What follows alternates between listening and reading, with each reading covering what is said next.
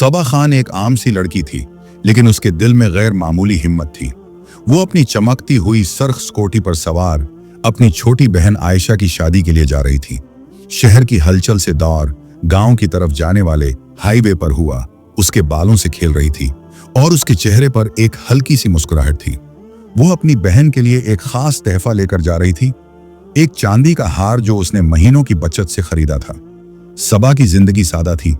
वो एक सरकारी दफ्तर में कलरक थी, लेकिन उसकी सादगी के पीछे एक राज छुपा था। वो एक खफिया तहकीकाती अफसर थी जो निजाम की बेदानवानी को बेनकाब करने के लिए खफिया मिशन पर काम करती थी। लेकिन आज वो सिर्फ एक बहन थी जो अपनी छोटी बहन की शादी की खुशी में शरीक होना चाहती थी।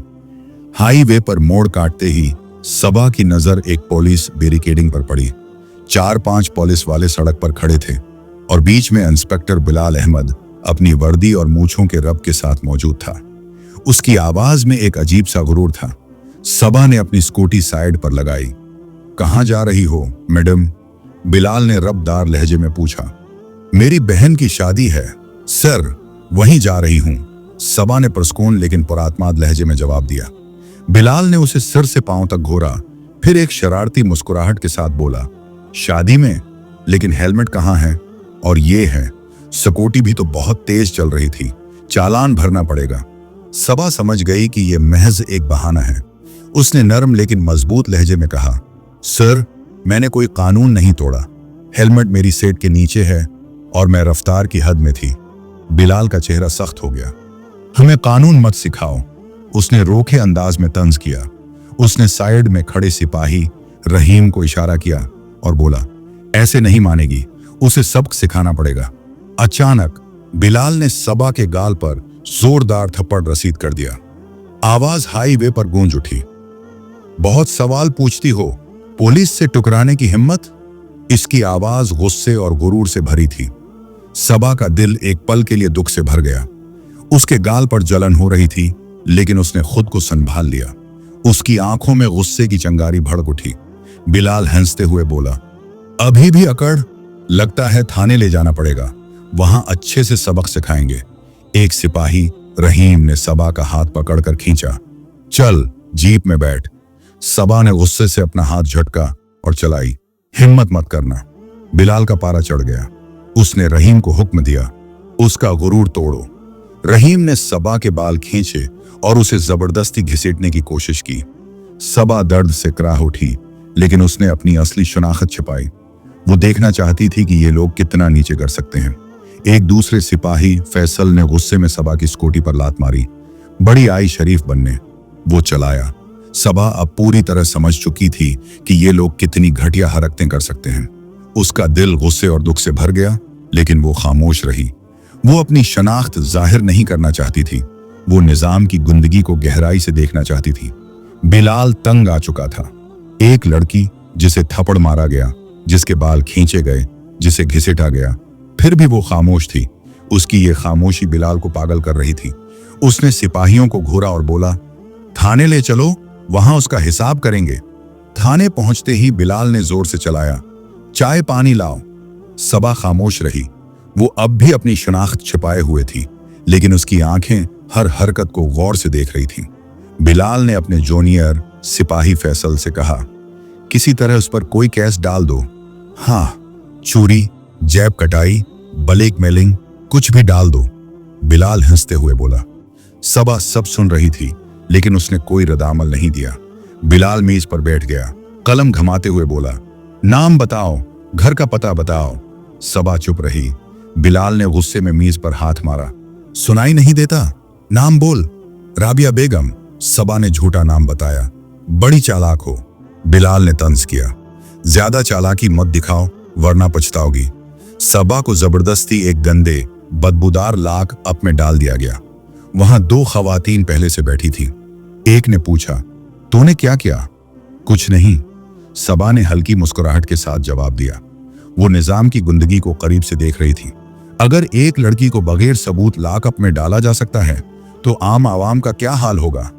इससे दबाओ, फैसल ने हचकचाते हुए कहा। सर, बगैर सबूत के। बिलाल हंसा। सबूत?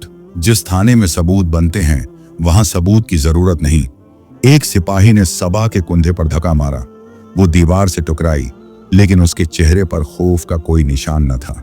बिलाल ने दोबारा थप्पड़ उठाया, लेकिन तभी दरवाजे पर एक पुलिस अफसर खड़ा था, इंस्पेक्टर आरिफ मलक, जो अपनी ईमानदारी के लिए मशहूर था। ये सब क्या हो रहा है? आरिफ ने सख्त आवाज में पूछा। बिलाल हंसा। कुछ नहीं सिर, बस एक सड़क छाप लड़की होशियारी दिखा रही थी। आरिफ की नजर सबा पर पड़ी। उसका अंदाज किसी आम लड़की जैसा न था। उसका जुर्म क्या है? आरिफ ने पूछा।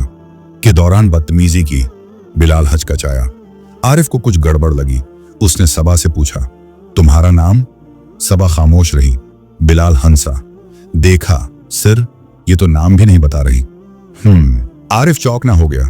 उसे दूसरे कमरे में डालो, उसने हुक्म दिया।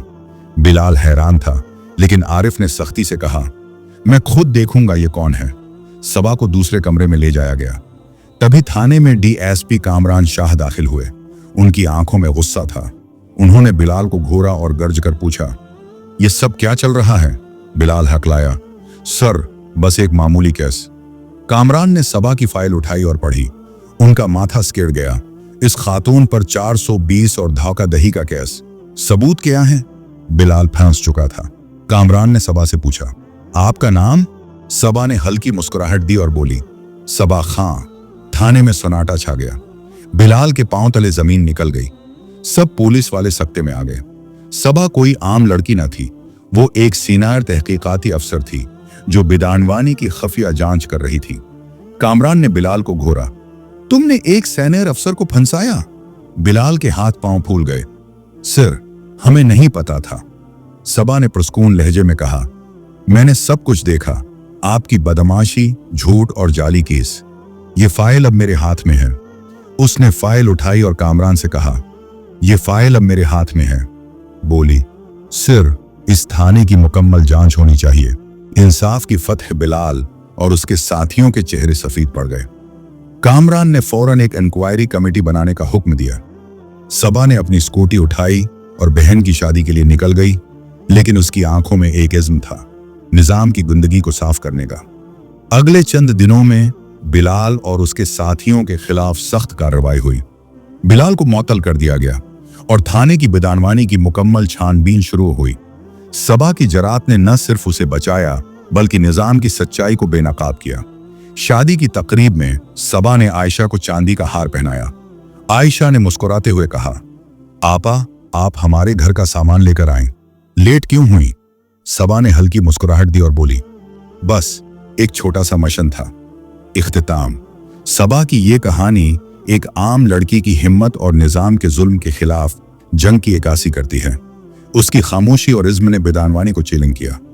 क्या आप भी ऐसी जरात रखते हैं?